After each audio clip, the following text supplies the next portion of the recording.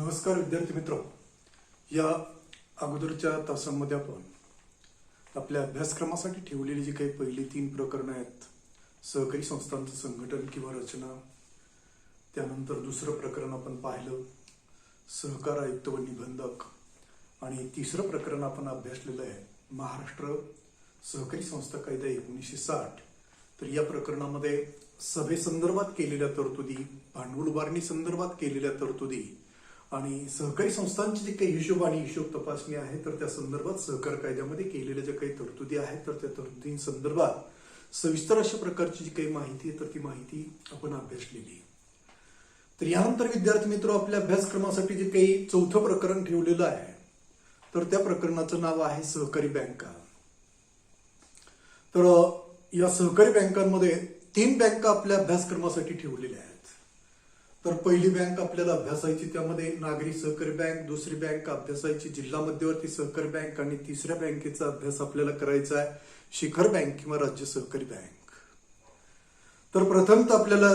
आपल्या अभ्यासक्रमासाठी ठेवलेल्या जे काही सहकारी बँका आहेत तर त्या बँकांपैकी नागरी सहकारी बँक जी आहे तर त्या बँकेसंदर्भात आपल्याला अभ्यास करायचा आहे. नागरी सहकारी बँक म्हणजे काय, ही बँक कोण स्थापन करत असतात, का स्थापन करत असतात, कोणत्या भागामध्ये स्थापन केले जात असतात, आणि या बँका आपल्या सभासदांसाठी कुठल्या प्रकारची कार्य पार पाडत असतात. तर विद्यार्थी मित्र, आपल्या भारताचं 2 भागामध्ये विभाजन झालेलं आहे, एक ग्रामीण भाग आणि दुसरा शहरी भाग.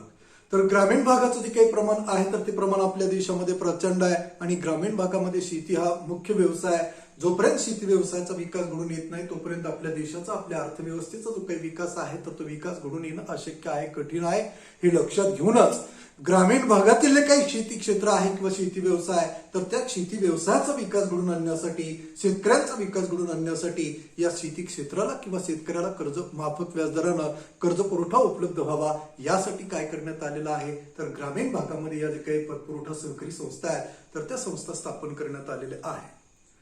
कारण ग्रामीण भागामध्ये आपण पाहतो की दुर्बल घटकांची जी काही संख्या आहे तर ती संख्या प्रचंड आहे. यामध्ये शेतकऱ्यांची जी काही संख्या आहे तर ती संख्या अमाप आहे किंवा मोठ्या प्रमाणावर आहे, आणि मग या शेतकऱ्यांना शेतीमधून मिळणार जे काही उत्पादन आहे तर ते उत्पादन तुटपुंज मिळतं, अपुरं मिळतं, आणि त्या उत्पन्नामधून हे शेतकरी आपल्या सर्व गरजा व्यवस्थितरित्या किंवा चांगल्या पद्धतीनं भागवू शकत नाहीत.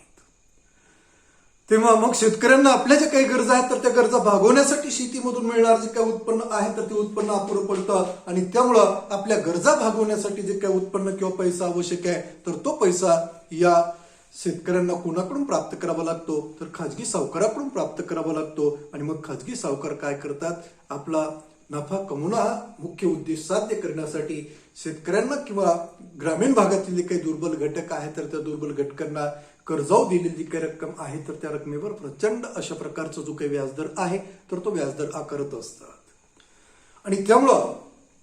हा भारतीय शेतकरी जो आहे तर तो शेतकरी कायमस्वरूपी दारिद्र्यामध्ये म्हणजे जगत, आपलं जे काही जीवन आहे तर ते जीवन जगत आहे. म्हणून अर्थतज्ञांना सांगितलेलं आहे की हा जो काही भारतीय शेतकरी आहे तर तो शेतकरी कर्जात जन्माला येतो, कर्जात जगतो आणि कर्जातच मरतो. ज्यावेळेस जन्माला आलेला असतो त्यावेळेस त्याच्या जे काही पूर्वज आहेत तर त्या पूर्वजानं काय केलेलं असतं की त्याला कर्ज करून ठेवलेलं असतं, आणि ज्यावेळेस तो जीवन जगत असतो तर त्यावेळेस आपल्या सर्व गरजा भागवण्यासाठी मिळणार उत्पन्न तुटपुंज पडत असतं, अपुरं पडत असतं, आणि मग आपल्या कुटुंबियाच्या गरजा भागवण्यासाठी त्याला काय करावं लागत असतं तर खाजगी सावकाराकडून, बँकांकडून किंवा वित्त पुरवठा करणाऱ्या जे काही संस्थांकडून आहे तर त्या संस्थांकडून कर्ज घ्यावं लागत असतं.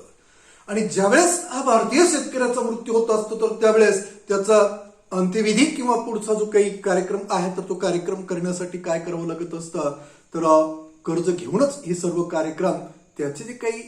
अनुवंशज आहेत तर त्या वंशजांना हे सर्व विधी पार पाडावे लागत असतात. आणि म्हणूनच हे सर्व लक्षात घेऊन अर्थतज्ञांना सांगितलेलं आहे की हा जो काही भारतीय शेतकरी आहे तर तो शेतकरी कर्जात जन्मतो, कर्जात जगतो आणि कर्जातच मरतो. म्हणजे भावी पिढीला, पुढच्या पिढीला कर्ज ठेवूनच हा मरत असतो किंवा याचा मृत्यू होत असतो. तेव्हा या ग्रामीण भागातील हा जो काही शेतकरी आहे तर त्या शेतकऱ्याला कर्ज पुरवठा उपलब्ध व्हावा, त्याला माफक व्याजदरानं अर्थसहाय्य उपलब्ध व्हावं, खाजगी सावकाराच्या तावडीतून त्याची सुटका व्हावी म्हणून काय झालेलं आहे तर हा जो काही ग्रामीण भाग आहे तर त्या ग्रामीण भागामध्ये पतपुरवठा सहकारी संस्था ज्या आहेत तर त्या संस्था स्थापन करण्यात आलेल्या आहेत. आणि मग या जे काही संस्था आहेत तर त्या संस्था विद्यार्थी मित्र की आपले जे काही सभासद शेतकरी आहेत किंवा दुर्बल घटक आहेत तर त्या दुर्बल घटकांना किंवा शेतकऱ्यांना काय करत असतात तर माफक व्याजदरानं कर्ज पुरवठा उपलब्ध करून देण्याचं जे काही कार्य आहे तर ते कार्य पार पडत असतात. आणि त्यामुळे काय होतं मग शेतकऱ्यांना आपल्या शेती व्यवसायाचा जो काही विकास आहे तर तो विकास घडून आणता येतो असतो, आधुनिक पद्धतीने शेती करता येत असते, शेतीमधून प्रचंड उत्पन्न मिळवता येत असतं आणि मग शेतकऱ्यांचा जो काही सर्वांगीण विकास आहे तर तो सर्वांगीण विकास घडून येण्यासाठी त्याची मदत होत असते. तर अशा पद्धतीनं या ग्रामीण भागाचा विकास घडून आणण्यासाठी, ग्रामीण भागातील शेती क्षेत्राचा विकास घडून आणण्यासाठी या प्राथमिक पतपुरवठा करणारे जे काही संस्था आहे तर त्या संस्था काय करत असतात तर ग्रामीण भागातील शेतकऱ्यांना शेती व्यवसायासाठी कर्ज पुरवठा किंवा अर्थसहाय्य उपलब्ध करून देण्याचं जे काही कार्य आहे तर ते कार्य पार पडत असतात. तर हे झालं आपल्या भारताचं जे काही दोन भागामध्ये विभाजन झालेलं आहे, ग्रामीण भाग आणि शहरी भाग. मग दुसरा भाग आपल्याला अभ्यासाचा की शहरी भाग. मग दुर्बलांची जी काही संख्या आहे किंवा हा जो काही दुर्बल घटक आहे तर तो दुर्बल घटक फक्त ग्रामीण भागामध्येच आहे असं नाही. तर हा जो काही दुर्बल घटक आहे किंवा गोरगरीब व्यक्ती आहेत किंवा लोक आहेत तर या लोकांचं प्रमाण ग्रामीण भागामध्येच, नागरी भागामध्ये किंवा शहरी भागामध्ये सुद्धा प्रचंड आहे. आपण पाहतो की शहरी भागामध्ये मोठमोठ्या ज्या काही कंपन्या आहेत तर त्या कंपन्या किंवा MIDC अस्तित्वात आलेले आहेत, उभारलेल्या आहेत. या कंपन्यांमध्ये लोकांना रोजगार मिळतोय, परंतु ग्रामीण भागामध्ये शेती हा मुख्य व्यवसाय आहे. शेतीमध्ये लोकांना पूर्ण वेळ रोजगार प्राप्त होत नाही, म्हणून ग्रामीण भागातील लोक रोजगार मिळवण्यासाठी कोणत्या भागामध्ये जातात तर शहरी भागामध्ये जातात, नागरी भागामध्ये जातात. आणि मग त्या ठिकाणी आपण पाहतो की शहरी भागामध्ये रोजगार मिळवण्यासाठी या कंपन्यांमध्ये जो काही रोजगार आहे तर तो रोजगार प्राप्त करण्यासाठी ग्रामीण भागातून आलेले जे काही लोक आहेत तर त्या लोकांमध्ये स्पर्धा निर्माण होते. आणि पुन्हा ग्रामीण भागातून हे जे काही लोक रोजगार मिळवण्यासाठी शहरी भागामध्ये आलेले असतात तर हे अकुशल अशा स्वरूपाचे कामगार असतात. आणि त्यामुळे यांना कंपनीमध्ये मिळणार जे काही वेतन किंवा मजुरी आहे तर ती मजुरी किंवा वेतन सुद्धा अति अल्प किंवा तुटपुंज मिळत असतं. आणि मग या मिळणाऱ्या वेतनामधून या लोकांना आपल्या जे काही सर्व गरजा आहेत तर त्या गरजा भागवणं अशक्य असतं, कठीण असतं. मग ज्याप्रमाणे ग्रामीण भागामध्ये दुर्बल घटक आहेत त्यांना मिळणारं उत्पन्न तुटपुंज असतं, त्या उत्पन्नामधून ते आपल्या सर्व गरजा भागू शकत नाहीत, म्हणून त्यांना खाजगी सावकाराकडून व्याजानं पैसे घ्यावे लागत असतात. तर तीच अवस्था शहरी भागामध्ये किंवा नागरी भागामध्ये आहे. नागरी भागामध्ये दुर्बल घटकांची जी काही संख्या आहे तर ती संख्या प्रचंड आहे. अनेक लोकांना कंपन्यांमध्ये जे काही काम मिळतंय किंवा रोजगार मिळतोय किंवा मजुरी मिळते किंवा वेतन मिळत आहे तर ते सुद्धा तुटपुंज मिळतंय, अपुरं मिळत आहे. आणि त्या उत्पन्नामधून मग किंवा त्या मिळणाऱ्या वेतनामधून ते आपले आणि आपल्या कुटुंबाच्या सर्व गरजा व्यवस्थितरित्या भागू शकत नाही. त्यामुळे त्यांना हलाखीमध्ये आपलं जे काही जीवन आहे तर ते जीवन जगावं लागतंय. त्यांचं राहणीमान खालवलेलं आहे, त्यांचं जीवनमान खालवलेलं आहे. त्यांना आपल्या जे काही सर्व गरजा आहेत तर त्या सर्व गरजा व्यवस्थितरित्या भागवता येत नाहीत. म्हणून अनेक वेळा आपल्या गरजा भागवण्यासाठी त्यांना काय करावं लागतंय की या शहरी भागातील लोकांना सुद्धा खाजगी सावकाराकडून व्याजानं पैसे घ्यावे लागतात. म्हणजे ग्रामीण भागातील दुर्बल घटक किंवा शेतकरी ज्याप्रमाणे सावकाराच्या तावडीमध्ये सापडलेला आहे किंवा सावकाराच्या पाशामध्ये गुंतलेला आहे त्याचप्रमाणे नागरी भागातील जे काही हे गोरगरीब लोक आहेत किंवा कंपन्यांमध्ये काम करणारे जे काही कामगार आहेत, छोट्या छोट्या नोकऱ्या करणारे जे काही पगारदार नोकर आहेत किंवा लहान लहान व्यवसाय करणारे जे काही व्यावसायिक आहेत तर या लोकांना सुद्धा मिळणारं उत्पन्न हे तुटपुंज मिळतं, अपुरं मिळतं. आणि त्या उत्पन्नामधून ते आपल्या जे काही गरजा आहेत तर त्या गरजा व्यवस्थितरित्या भागू शकत नाहीत किंवा पूर्ण करू शकत नाहीत. तेव्हा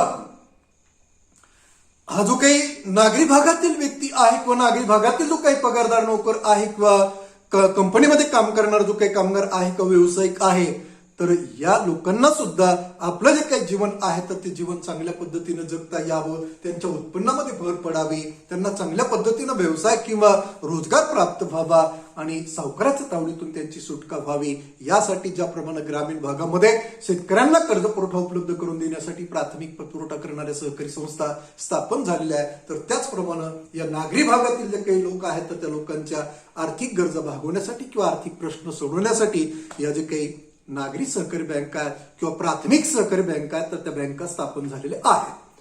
मग या बँका स्थापन झाल्यानंतर या बँका काय करतात, आपले जे काही सभासद आहेत तर त्या सभासदांकडे उपलब्ध असणारं जे काही तुटपुंज तारण आहे तर ते तारण स्वीकारत असतात आणि त्यांना कर्ज पुरवठा किंवा अर्थसहाय्य उपलब्ध करून देण्याचं जे काही कार्य आहे तर ते कार्य पार पाडत असतात। आणि त्यामुळं या ग्रामीण भागातील जे काही व्यवसाय आहेत तर व्यावसायिक आहेत तर त्या व्यावसायिकांना आपल्या व्यवसायामध्ये वाढ घडवून आणता येत असते। जे पगारदार नोकर आहेत की ज्यांना मिळणारा पगार हा तुटपुंजा आहे किंवा अल्प आहे तर त्यांना सुद्धा या प्राथमिक सहकारी संस्थांकडून कर्ज मिळाल्यामुळं आपल्या ज्या काही गरजा आहेत तर त्या गरजा चांगल्या पद्धतीने भागवता येतात। आणि त्याचबरोबर इतर जे काही व्यावसायिक आहेत तर त्या व्यावसायिकांना सुद्धा काय करता येत असतं तर या नागरी सहकारी बँकेकडून किंवा प्राथमिक सहकारी संस्थांकडून कर्ज प्राप्त झाल्यामुळं आपल्या जे काही गरजा आहेत तर त्या गरजा व्यवस्थितरित्या त्यांना भागवता येत असतात।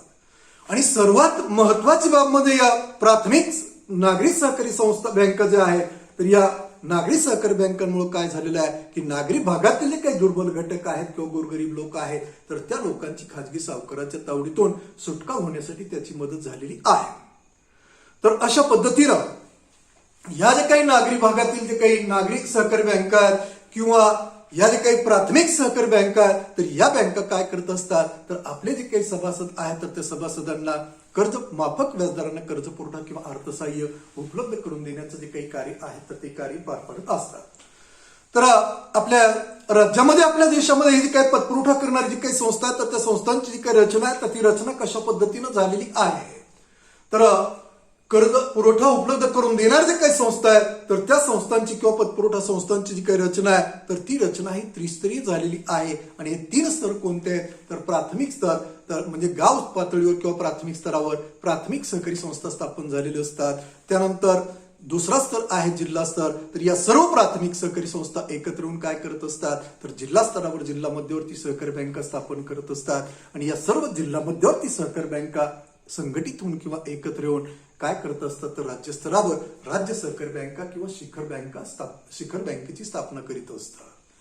म्हणजे प्राथमिक स्तरावर ज्या प्राथमिक सहकारी संस्था स्थापन झालेल्या असतात तर अनेक व्यक्ती संघटित होऊन काय करत असतात तर या प्राथमिक सहकारी संस्था स्थापन करत असतात। या सर्व प्राथमिक सहकारी संस्था एकत्र येऊन जिल्हा स्तरावर जिल्हा मध्यवर्ती सहकारी बँक ही जी काही संघीय बँक आहे तर या बँकेची स्थापना करत असतात। आणि मग या सर्व जिल्हा मध्यवर्ती सहकारी बँका जिल्हा स्तरावर स्थापन झालेल्या इतर संघ संस्था किंवा राज्य स्तरावर स्थापन झालेल्या जे काही इतर संघ संस्था आहेत आणि मोठमोठ्या आकाराच्या किंवा विशाल आकाराच्या जे काही प्रक्रिया सहकारी संस्था आहेत तर या सर्व संस्था संघटित होऊन काय करत असतात तर राज्य स्तरावर राज्य सहकारी बँक किंवा शिखर बँकेची स्थापना करत असतात। मग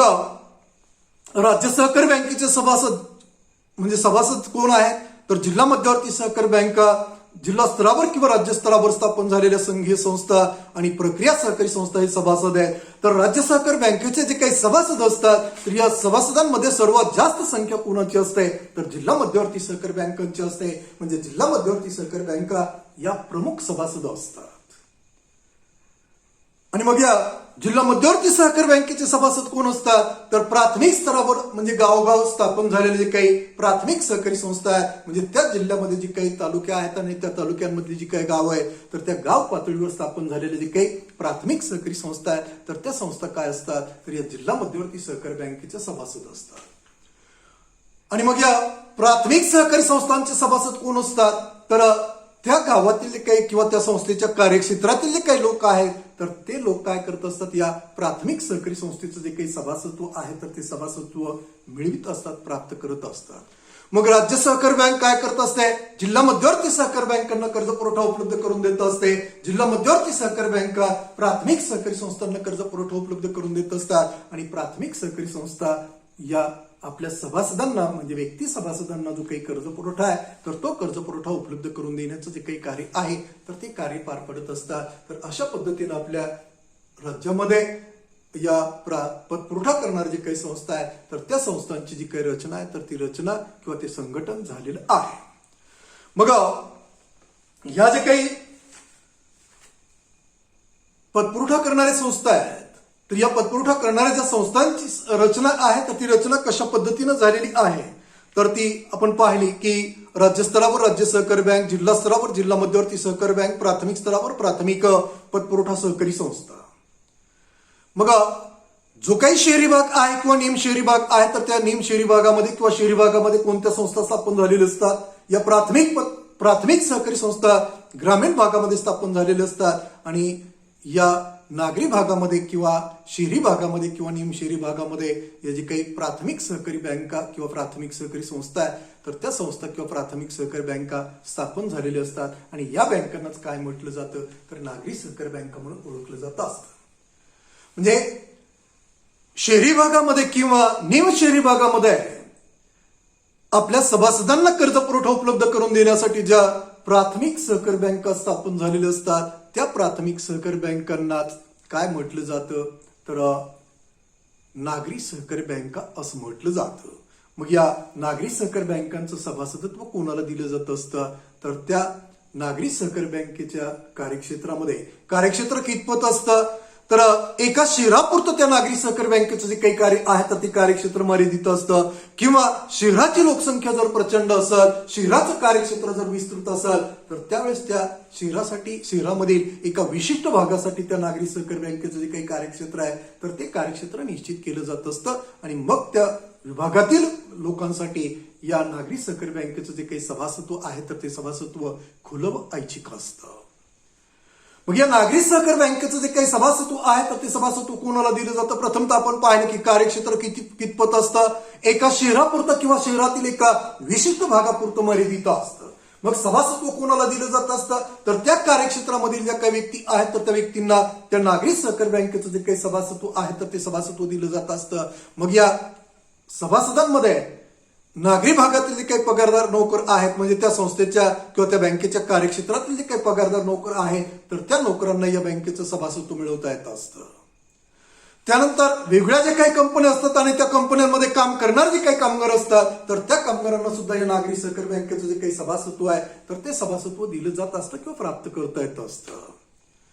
त्यानंतर जे छोटे छोटे व्यावसायिक आहेत किंवा लहान लहान व्यावसायिक आहेत व्यापारी आहेत तर त्या व्यावसायिकांना व्यापाऱ्यांना सुद्धा काय करता येत असतं तर ही जी काही नागरी सहकारी बँक असते तर त्या बँकेचं जे काही सभासत्व आहे तर ते सभासत्व प्राप्त करता येत असतं किंवा मिळवता येत असतं. तर अशा पद्धतीनं ह्या ज्या काही नागरी सहकारी बँका आहे तर या बँकांचं जे काही सभासत्व आहे तर ते सभासत्व पगारदार नोकरांना वेगवेगळ्या कंपन्यांमध्ये काम करणारे जे काही कामगार आहेत तर त्या कामगारांना त्यानंतर व्यापाऱ्यांना व्यावसायिकांना तर अशा विविध घटकांना म्हणजे त्या नागरी भागामध्ये किंवा त्या बँकेच्या कार्यक्षेत्रातील जे काही रहिवासी आहे तर त्या पात्र रहिवाशांना काय करता येत असतं या नागरी सहकारी बँकेचं जे काही सभासत्व आहे तर ते सभासत्व प्राप्त करता येत असतं. मग ही नागरी सहकारी बँक स्थापन झाल्यानंतर ही बँक काय करत असते आपल्या सभासदांची जी काही आर्थिक गरज आहे तर ती आर्थिक गरज भागवण्याचं जे काही कार्य आहे तर ते कार्य पार पडत असते. सावकाराच्या तावडीतून त्यांची सुटका करत असते आणि वैयक्तिक कारणावर त्यांना काय करत असते तर कर्ज पुरवठा किंवा अर्थसहाय्य उपलब्ध करून देत असते. त्यांना बचतीची सवय लावत असते आणि खर्चामध्ये काटकसर करण्याची जी काही सवय आहे तर ती सवय देखील त्यांच्यामध्ये निर्माण करत असते.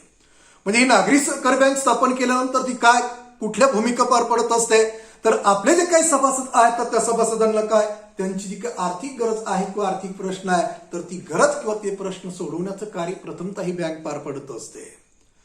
त्यानंतर सावकाराच्या तावडीतून आपले जे काही सभासद आहेत तर त्या सभासदांची जी काही सुटका आहे तर ती सुटका ही नागरी सहकारी बँक करत असते. वैयक्तिक कारणावर आपले जे काही सभासद आहेत तर त्या सभासदांना कर्ज पुरवठा किंवा अर्थसहाय्य उपलब्ध करून देत असते. त्यांना खर्चामध्ये काटकसर करण्याची जी काही सवय आहे तर ती सवय लावत असते आणि मिळणार जे काही उत्पन्न आहे तर ते सर्वच उत्पन्न खर्च न करता काही उत्पन्न आपल्या वृद्धापकाळासाठी किंवा भविष्यातील जीवन जगण्यासाठी म्हणजे बचत करण्यासंदर्भातली काही सवय आहे तर ती सवय त्यांना लावित असते. तर अशा पद्धतीनं कार्य पार पाडण्यासाठी हे जे काही नागरी भागातील लोक आहेत तर ते लोक काय करत असतात तर या संघटित होऊन किंवा एकत्र येऊन प्राथमिक सहकारी बँका किंवा या नागरी सहकारी बँका स्थापन करत असतात. म्हणून पहिली व्याख्या या नागरी सहकारी बँकेची अशी केलेली आहे की ज्या प्राथमिक सहकारी बँका आपले जे काही सभासद आहेत तर त्या सभासदांना म्हणजे शहरी किंवा निमशहरी भागातील सभासदांना कर्ज पुरवठा किंवा अर्थसहाय्य उपलब्ध करून देण्यासाठी स्थापन करण्यात आलेले असतात. तर त्या बँकेलाच काय म्हटलं जातं नागरी सहकारी बँक असं म्हटलं जातं. म्हणजे ज्या प्राथमिक सहकारी बँका शहरी किंवा निमशहरी भागातील आपले जे काही सभासद आहेत तर त्या सभासदांना कर्ज पुरवठा किंवा अर्थसहाय्य उपलब्ध करून देण्यासाठी स्थापन करण्यात आलेले असतात किंवा कर्ज पुरवठा उपलब्ध करून देण्याचं कार्य पार पाडत असतात तर त्या बँकेला नागरी सहकारी बँक असं म्हटलं जातं. तर अशा पद्धतीनं या नागरी सहकारी बँकेची जी काही व्याख्या आहे तर ती व्याख्या प्रथमतः सहकार तज्ञानं केलेली आहे. त्यानंतर ही जी काही आपल्या भारतामध्ये जी काही पहिली नागरी सहकारी बँक आहे तर ती नागरी सहकारी बँक कोणत्या शहरामध्ये किंवा कोणत्या गावामध्ये कोणी स्थापन केलेली आहे, कोणत्या वर्षी स्थापन केलेली आहे, तर 5 फेब्रुवारी 1889 आपला मुंबई प्रांत जो आहे तर त्या प्रांतामधील बडोदा हे जे काही शहर आहे तर त्या शहरामध्ये प्राध्यापक विठ्ठल लक्ष्मण कवठेकर उर्फ भाऊसाहेब कवठेकर यांनी काय केलेलं आहे तर पहिली नागरी सहकारी बँक स्थापन केलेली आहे. म्हणजे आपल्या भारतात सर्वात पहिली नागरी सहकारी बँक कोणत्या शहरामध्ये कोणत्या तारखेला किंवा कोणत्या दिवशी स्थापन करण्यात आलेली आहे आणि ती कोणी स्थापन केलेली आहे तर 5 फेब्रुवारी 1889 आपला जो काही मुंबई प्रांत आहे आणि त्या मुंबई प्रांतामध्ये जे काही पूर्वी बडोदा हे जे काही शहर होता की सध्या हे जे काही शहर आहे तर ते शहर गुजरात राज्यामध्ये आहे. तर हे बडोदा शहर पूर्वी आपल्या मुंबई प्रांतामध्ये होतं आणि या बडोदा शहरामध्ये काय झालं तर पहिली नागरी सहकारी बँक आहे तर ती बँक स्थापन करण्यात आली आणि ती केव्हा 5 फेब्रुवारी 1889 स्थापन करण्यात आली. ती कोणी स्थापन केलेली आहे तर प्राध्यापक विठ्ठल लक्ष्मण कवठेकर उर्फ भाऊसाहेब कवठेकर यांनी ही बँक स्थापन केलेली आहे आणि ही बँक आजही कार्यरत आहे आणि या बँकेचं जे काही नामकरण आहे तर ते नामकरण अन्योन्य सहाय्यकारी मंडळी अशा प्रकारचं करण्यात आलेलं आहे. आणि ही बँक आज सुद्धा आपले जे काही सभासद आहेत किंवा बिगर सभासद आहेत तर या सभासदांच्या बिगर सभासदांच्या ठेवी स्वीकारणं, त्यांना कर्ज पुरवठा उपलब्ध करून देणं आणि इतर जे काही वेगळ्या प्रकारच्या बँकिंग सुविधा आहेत तर त्या सुविधा उपलब्ध करून देण्याचं जे काही कार्य आहे प्रत्येक कार्य ही बँक आज देखील पार पडत आहे. तर अशा पद्धतीनं या ज्या काही नागरी सहकारी बँका आहेत तर या नागरी सहकारी बँका आपल्या कार्यक्षेत्रातील जे काही पगारदार नोकर आहेत, कामगार आहेत, व्यावसायिक आहेत, त्यानंतर व्यापारी आहेत तर हे जे काही घटक आहेत तर या विविध घटकांना सभासत्व देत असतात आणि सभासत्व दिल्यानंतर त्यांना कर्ज पुरवठा उपलब्ध करून देत असतात, तोही माफक व्याजदरानं. आणि त्यामुळे काय होत असते या सभासदांची खाजगी सावकाराच्या तावडीतून सुटका होण्यासाठी त्याची मदत होत असते. तर अशा पद्धतीनं या नागरी सहकारी बँका आहेत तर त्या बँका नागरी भागातील जे काही दुर्बल घटक आहेत किंवा गोरगरीब व्यक्ती आहेत तर त्या लोकांचे आर्थिक प्रश्न किंवा आर्थिक गरजा सोडविण्यासाठी किंवा भागवण्यासाठी या नागरी सहकारी बँका स्थापन केल्या जात असतात.